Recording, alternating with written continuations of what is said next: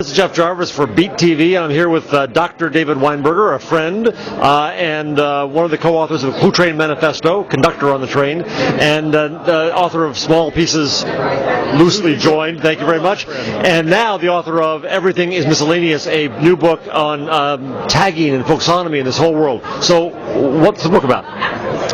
It's on tagging, folksonomy in the whole world. It comes out in May, so I just want to do the marketing thing first.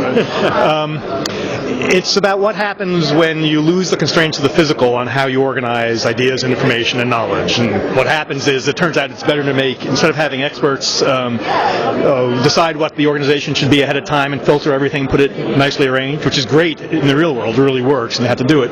Virtually, it turns out to be much better to make this giant honking pile of stuff, a miscellaneous pile, and tag it, and let users tag it, and you tag it, and anybody can tag it, so that users can find whatever they want, organize it the way they want on the way out. That changes, that breaks the hold on authority that all sorts of idea-based institutions like media and government and education and business have had.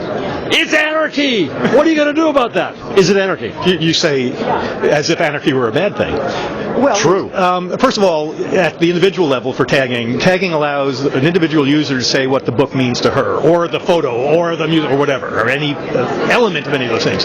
So it's a reappropriation of meaning, actually, by the individual, and that doesn't feel like anarchy at all any more than your desktop. You put all this stuff together, and it looks like anarchy until you start doing the clustering and seeing the relationships and seeing that, as at eBay, for example, where you learn that if you want to sell your laptop, you better call it a notebook, not a laptop, because most people call it a notebook, and so there's some momentum behind that term, and that's what folksonomies are.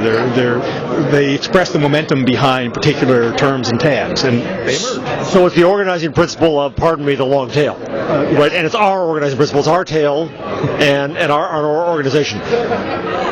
What you've also taught me is that there's other benefits that come out of this. It's one matter to just organize things and find them, but you learn more about content and people. What are some examples of that? Well, you know a lot about a person by seeing how she's tagged her world. You see what a particular object means to her. You see over in the pattern what sorts of topics matter to her. And then you can connect with somebody based upon how they're thinking about their world and their mechanisms for doing that. Or you can just browse through and say, oh, there's an interesting tag cloud.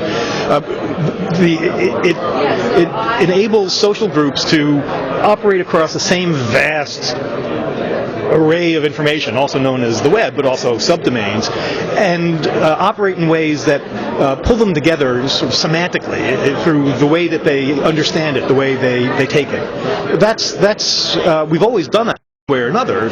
We think about things in the same way. Now we can do it more widely across the web. Well, let me change topic for a moment here.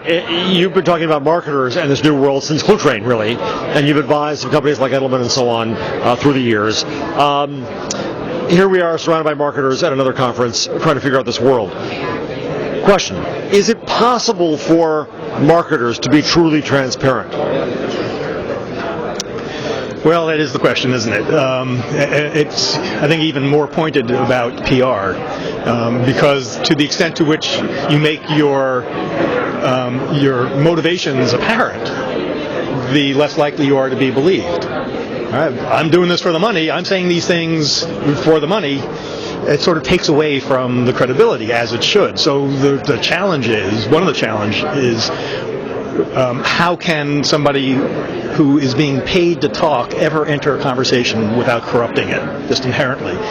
It's not clear that you can. Well, either corrupting the conversation or the other argument would be corrupting themselves. But we bloggers, you're not, but a lot of us bloggers are trying to make some money off this dick advertising. Is that necessarily corrupting too? No, it helps that the money's so small. And also, it's easy to be transparent about it, which helps a lot. And the fact is, nobody's pure. I mean, I disclose, as you do, when I have any type of relationship with a company, but I generally don't bother disclosing if I'm talking about Microsoft, with whom I have don't do any work for them. But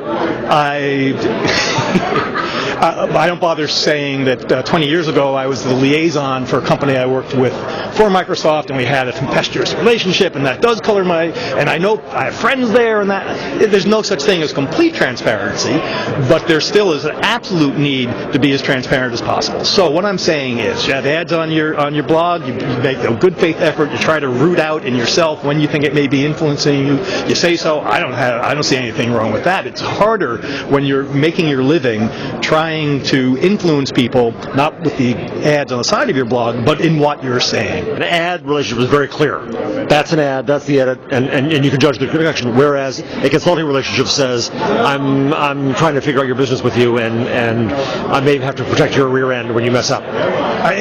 Yes, and in terms of marketers entering the conversation, a marketer who is getting paid by a company, generally a PR person or a marketer, in order to influence the conversation. That entering a conversation in order to influence it is almost always a corrupting influence on the conversation. Well, there are exceptions, especially when you don't say that's what you're doing. That's just really bad. That's All right, to bring the two threads here together finally, about tagging and information and marketing and all that stuff. We're on a panel this afternoon that I thought was about marketing, but it's really about measurement. So fine, we'll go with the flow. There are new opportunities and new things to measure in this world. Folksonomy gives you a new opportunity to get qualitative and find out what things are about. What are the new frontiers of measurement, quantitatively and quantitatively, online for marketers, for scholars, for search engines? What are the things that people are doing that you can now measure in new ways? Any thoughts? None at all.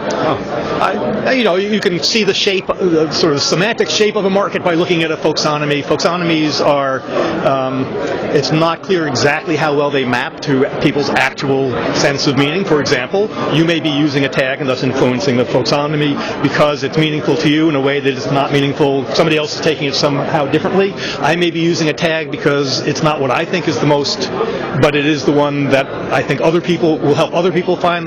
So folksonomies are not a perfect map, but then what is? In terms of metrics of click-throughs and blank-throughs and curse-throughs and the rest of it, it's important. I don't know anything about it. Do folksonomies maybe help you teach a little bit about, or learn a little bit about influencers or the speed of trends or anything else? Is there any kind of ebb and flow to them that's interesting? Sure. I mean, you see in a tag cloud, you plot a tag cloud that is a visual representation of the tags that are being used, and you can see certain ones coming and going. It's a nice little visual display. I'm not sure. And I mean, the obvious use, which is already being done, is for companies, PR companies in particular, to watch tags to see if their brand is popping up, especially in conjunction with problems or So sure, I don't know that this really changes very much. Nice tool, but the web's there for us to use and to make sense of. It's only secondarily, tertiarily, quaternarily there for marketers to measure and make money out of. So Everything's Miscellaneous is coming out in May. And will some be online? Only no, not really. Little bits, it's marketing. Sorry, it's paper, okay? Sorry. David Weinberger, thank you. Thank you.